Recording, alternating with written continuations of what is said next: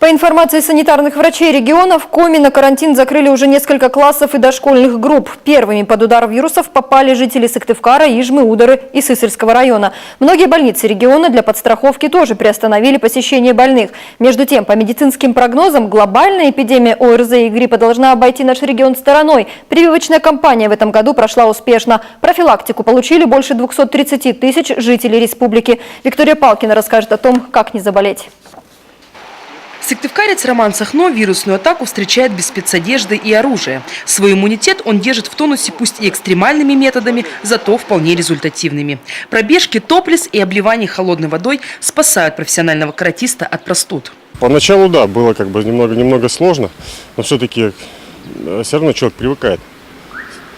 Поэтому привычка нужна.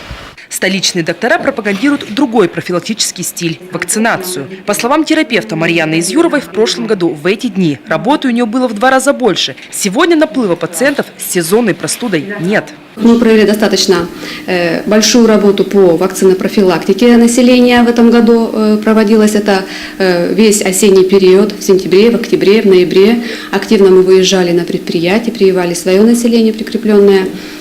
Привито было достаточно много населения. Детские врачи уже сейчас говорят о небольшом подъеме заболевания. Но массовой вспышки ОРЗ и гриппа быть не должно. И каждому родителю под силу уберечь свое чадо от простуды. По словам педиатров, иммунитет нужно закалять прежде всего свежим воздухом. Меньше сидеть у компьютера, меньше бывать в гипермаркетах, больше быть на свежем воздухе. И, конечно, спать он должен не менее 9-10 часов. Малыши вообще 10 часов.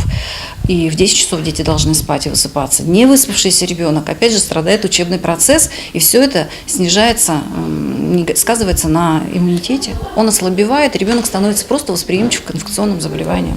По информации столичных врачей, на первое место сейчас вышли заболевания носоглотки. Именно сухая слизистая оболочка первой попадает под вирусный удар. Некоторые родители занимаются необычной профилактикой. Укрепляют органы дыхания ребенка вот на таком тренажере с горным воздухом. По 5 минут дышите, 5 минут отдыхаете. То есть это как на любой тренировке. Вы немножко себя ввели в стресс и отдохнули. И получается, что когда вы встречаетесь с какой-то инфекцией или с вирусом, ваш организм уже готов, и он просто даже не пропускает какие-то негативные влияния вашему организму, и вы не заболеваете, проходите мимо.